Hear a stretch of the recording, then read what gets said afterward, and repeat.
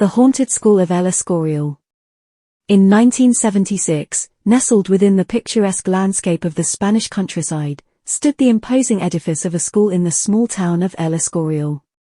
Built centuries earlier on the grounds of an ancient funeral site, the school bore witness to a history steeped in tragedy and sorrow. From the moment it opened its doors, rumors swirled among the townsfolk about strange happenings within the school's walls. Some whispered of ghostly apparitions that roamed the corridors at night, while others spoke of eerie voices that echoed through the empty halls. But it wasn't until a group of students stumbled upon an old, forgotten chamber beneath the school that the true horror of El Escorial School was revealed. In the depths of the chamber lay the remains of those who had been buried on the site centuries earlier, their bones twisted and contorted in unnatural positions. As word spread of the grisly discovery, fear gripped the town, and parents began to withdraw their children from the school.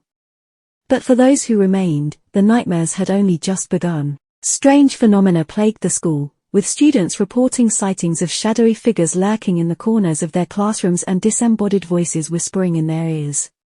Desks would inexplicably move on their own, and books would fly off shelves as if propelled by unseen hands.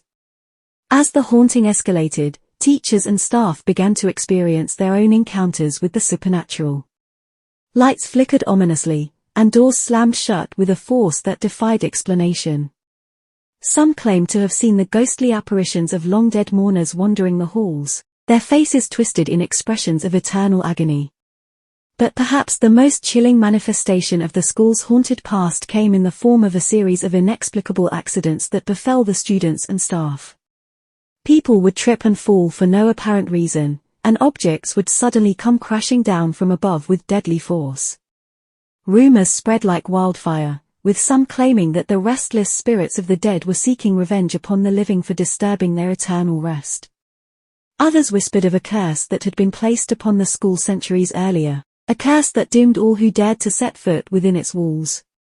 Despite the mounting evidence of the school's haunted past, authorities dismissed the claims as mere superstition, attributing the strange occurrences to overactive imaginations and the stress of academic life. But for those who had experienced the terror firsthand, there was no denying the truth. In the end, the School of El Escorial stood as a chilling reminder of the horrors that lurked in the shadows of the past.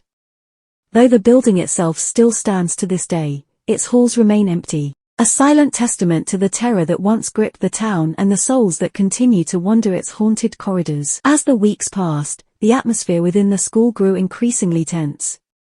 Students and staff alike found themselves on edge, their nerves frayed by the constant presence of the unknown. But despite their fear, life at El Escorial School continued, albeit under a pall of dread that hung heavy in the air.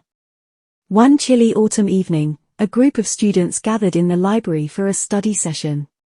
They huddled together at a table, their textbooks and notebooks spread out before them as they tried to focus on their studies. But the oppressive silence of the library was shattered by the sound of footsteps echoing through the empty corridors. At first, the students dismissed the noise as the imagination playing tricks on them. But as the footsteps grew louder and more pronounced, they exchanged nervous glances, their hearts pounding in their chests. Then, without warning, the lights flickered and went out, plunging the library into darkness. Panic seized the group as they groped blindly in the blackness, their voices rising in a chorus of fear. Suddenly, a blood-curdling scream pierced the darkness, echoing through the library like a banshee's wail. It was followed by the sound of frantic footsteps and the unmistakable sound of someone or something lurking in the shadows. With hearts pounding, the students scrambled to their feet, their hands shaking as they searched for a way out of the library. But in their panic, they only succeeded in disorienting themselves further, stumbling over furniture and colliding with each other in the darkness. Just as they began to fear that they would be trapped forever in the black void of the library, a faint glimmer of light appeared in the distance. With renewed hope, they followed the light, their footsteps echoing loudly in the silence of the empty corridors. But as they drew closer to the source of the light, their hopes were dashed by the sight that greeted them. Standing at the end of the hallway was a figure clad in tattered robes, its face hidden in the shadows as it beckoned to them with skeletal fingers. Terror seized the group as they realized that they were face to face with the very spirit that haunted the school. With nowhere left to run, they stood frozen in place, their minds unable to comprehend the horror of their predicament. And then, with a guttural moan, the figure began to advance, its movement slow and deliberate as it closed in on its prey. With a collective cry of terror, the students turned and fled, their footsteps echoing loudly in the empty halls as they raced toward the safety of the outside world. But the spirit was relentless in its pursuit, its unearthly wail echoing in their ears as it chased them through the darkness. And just when they thought they could run no further, they burst through the doors of the school and into the cool night air, their hearts pounding in their chests as they collapsed onto the ground in exhaustion. As they lay there, gasping for breath, they knew that they had narrowly escaped the clutches of the haunted school of El Elscorial. But as they looked back at the imposing edifice looming in the distance, they couldn't shake the feeling that the true horror had only just begun. As the students lay on the ground outside the school, gasping for breath, they could still feel the oppressive weight of the building bearing down on them. Despite the cool night air, a chill lingered in their bones, a remnant of the terror they had just experienced. Their hearts raced as they struggled to comprehend the events that had unfolded in the library. The blood-curdling screams still echoed in their ears, and the image of the figure in tattered robes lingered in their minds like a nightmare they couldn't shake. But even as they tried to convince themselves that it had all been a hallucination, a voice in the back of their minds whispered that something far more sinister lurked within the walls of El Elscorial School. Determined to uncover the truth, the group of students banded together, their fear giving way to a newfound sense of resolve. Armed with flashlights and makeshift weapons, they returned to the school, their footsteps echoing loudly in the empty corridors as they made their way to the library. But when they arrived, they found the library eerily quiet, the oppressive silence broken only by the soft rustle of pages turning in the breeze. The lights flickered uncertainly overhead, casting long, twisted shadows on the walls. With a sense of trepidation, the students began to search the library, their flashlights cutting through the darkness like beacons of hope in the night. But as they combed through the rows of bookshelves, they found no sign of the figure that had chased them from the building. Just as they were about to give up hope, one of the students stumbled upon a hidden passageway concealed behind a bookcase. With a mixture of fear and excitement, they ventured into the darkness, their footsteps echoing loudly in the narrow corridor. As they pressed deeper into the bowels of the school, the air grew thick with the smell of decay, and the temperature dropped to an icy chill.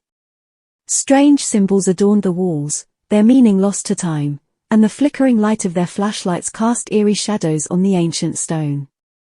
And then, just as they reached the end of the passageway, they stumbled upon a chamber unlike anything they had ever seen before. The walls were lined with shelves upon shelves of dusty tomes and arcane artifacts, their contents shrouded in darkness.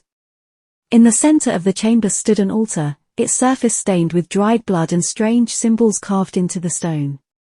And kneeling before the altar was the figure they had encountered in the library, its form hunched and twisted, its eyes burning with an otherworldly light. With a collective gasp, the students recoiled in horror, their minds struggling to comprehend the sight before them. But before they could flee, the figure spoke, its voice a low, guttural growl that sent shivers down their spines. "Welcome, children," it said, its words echoing in the chamber like a death knell. "You have stumbled upon something far more sinister than you could ever imagine."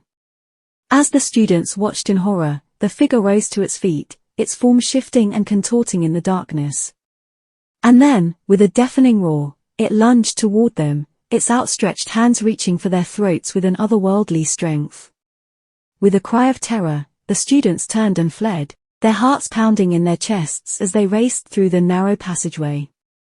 But no matter how fast they ran, the darkness seemed to close in around them, swallowing them whole as they disappeared into the depths of the haunted school of El Elscorial. And as the sun rose on a new day, the school stood silent and empty once more, its secrets buried beneath the weight of centuries of darkness. And though the town of El Elscorial would never forget the horrors that had unfolded within its walls, the true extent of the terror that lurked within would remain a mystery for generations to come.